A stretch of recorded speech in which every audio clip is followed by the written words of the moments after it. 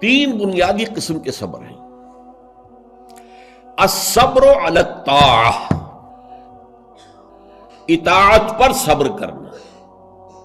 حکم ہے روزہ رکھو، روزہ رکھنا ہے، چاہے پیاس سے حلق میں کانٹے پڑ رہے ہوں، مئی اور جون کا روزہ ہو. یہ جو ہے صبر علی الطاعہ ہے، اطاعت پر، اللہ کا حکم ہے. آپ کہیں گئے ہوئے سوات کا اذان صبح کا وقت ہے اور آپ کو وضو کرنی ہے، پانی موجود ہے لیکن یخ ہے، ہاتھ لگانے سے بھی انسان خوف کھاتا، اتنا یخ. لیکن جب پانی ہے تو وضو تو کرنا ہوگا، صبر کرنا پڑے گا. یہ صبر علی الطاعہ کی ایک مثال ہے کہ اطاعت جو ہے اس کے لیے صبر کرنا، جھیلنا، اس کی سختی کو برداشت کرنا، اس میں جو تکلیف ہو اس کو جھیلنا. اللہ یہ کہ انسان بیمار ہو اور اندیشہ ہو کہ اتنے ٹھنڈے پانی کے استعمال کرنے سے جان جانے کا اندیشہ، وہ بات دوسری ہو جائے گی. لیکن ایک آدمی صحت مند ہے، کوئی ایسا عذر نہیں ہے، کوئی بیماری نہیں ہے، تو اسے بہرحال وضو کرنا پڑے گا. اس لیے کہ وضو جو تیمم کی شرط ہے کہ پانی موجود نہ ہو، وہ شرط یہاں پوری نہیں ہے، پانی تو اویلیبل ہے. تو صبر علی الطاعہ، اطاعت پر صبر کرنا، تمام احکام جو ہے شریعت کا ان پر عمل کرنا جو ہے. اب صبح کا وقت ہے، ابھی آپ کو بڑی بسا اوقات ہوتا ہے، آپ کا بھی تجربہ ہوگا، کوئی مریض ساری رات کراہتا رہا ہو، فجر کے قریب آ کر کچھ سکون سا ہو جاتا ہے، سو جاتا ہے. یہ بڑی ٹھنڈی جو ہے وہ نیند ہوتی ہے صبح کی.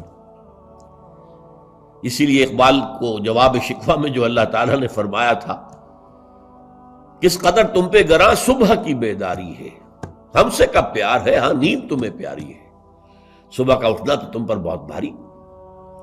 یہ صبر علی الطاعہ، صبر علی الطاعہ ہوگا کہ کچھ بھی ہے، بہرحال فجر کا وقت ہو گیا ہے، اٹھنا ہے، لازماً اٹھنا ہے. یہ ٹھنڈی ٹھنڈی جو ہوا چلی ہے، سخت گرمی کا موسم ہو، حبس میں رات گزری ہو، صبح کے وقت کوئی نسیم سحری تھوڑی سی چلے گی اور ایسی لوریاں دے گی، ایسی تھپکیاں دے گی کہ آدمی جو ہے وہ چاہے گا کہ بس میں اب آرام کروں، سو جاؤں. اٹھنا ہے، نماز کا وقت ہے، نماز فرض ہے. تو الصبر علی الطاعہ.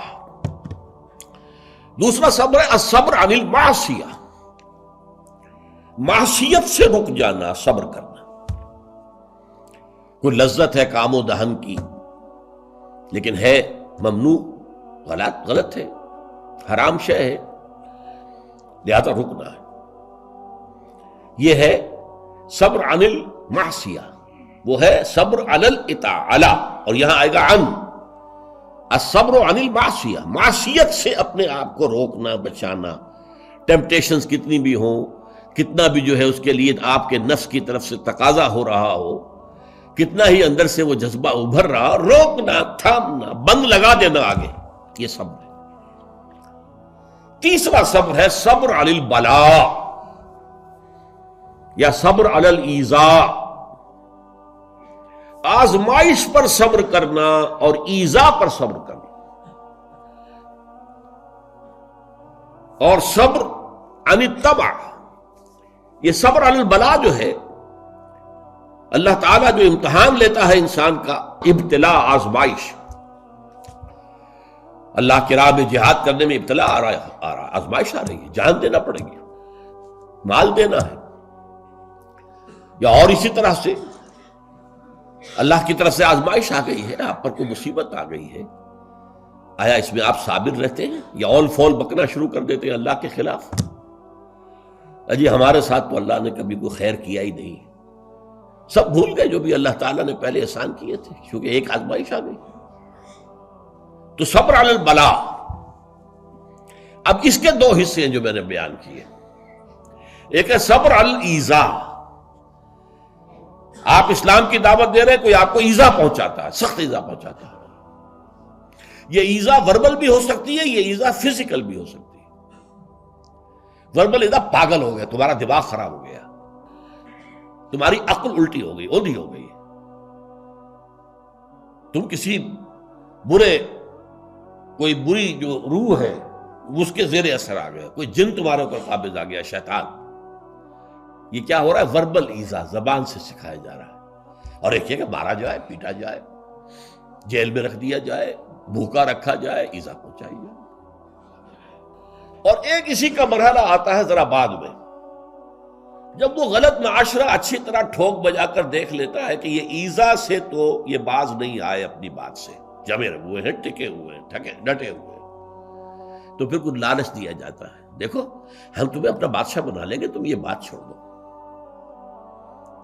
دیکھو ہم تمہیں قریش کی جس عورت کی طرف اشارہ کر دو جس کا حسن تمہیں اچھا لگے، ہم اس سے شادی کر دیں گے تمہاری، تمہیں جتنا مال و دولت چاہیے تمہارے قدموں میں ڈال دیں گے، تمہارے بتوں کو برا نہ کہو، یہ نہ کہو یہ بات نہیں۔ اب یہ طمع ہے،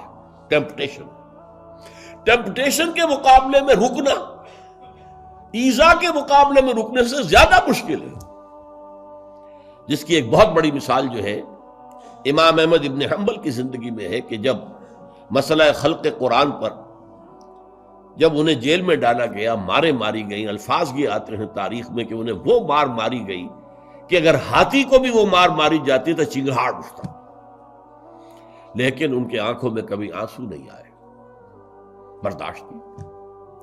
پھر زمانہ بدل گیا، اب خلیفہ کوئی اور ہو گئے، اور ان کا اپنا موقف وہی تھا جو امام احمد ابن حنبل کا ہے۔ تو اب دارالخلافہ سے، ایوان خلافت سے ایک ایلچی آیا ہے اشرفیوں کی تھیلیاں لے کر کے یہ خلیفہ نے آپ کو بھیجی۔ اس پر حضرت امام احمد ابن حنبل رو پڑے، اے اللہ میں اس آزمائش کا اہل نہیں ہوں، یہ آزمائش سختر ہے اس مار سے کہ مجھے جیل کے اندر پڑ رہی تھی، اس سے رکنا بہت مشکل ہے۔ تو میں نے یہ صبر کی قسمیں آپ کو گنوا دی۔ صبر علی الطاعہ، صبر عن المعصیہ۔ نمبر 3، صبر علی البلاء، علی الابتلاء، اس کی 2 قسمیں۔ صبر علی الایذاء، اس کی 2 قسمیں، زبانی کلامی وربل یا فزیکل جسمانی طور پر تکلیف پہنچا کر، اور پھر صبر عن الطمع، ٹیمپٹیشنز کے مقابلے میں اپنے آپ کو رو کے رکھنا۔ یہ صبر کی قسمیں ہیں۔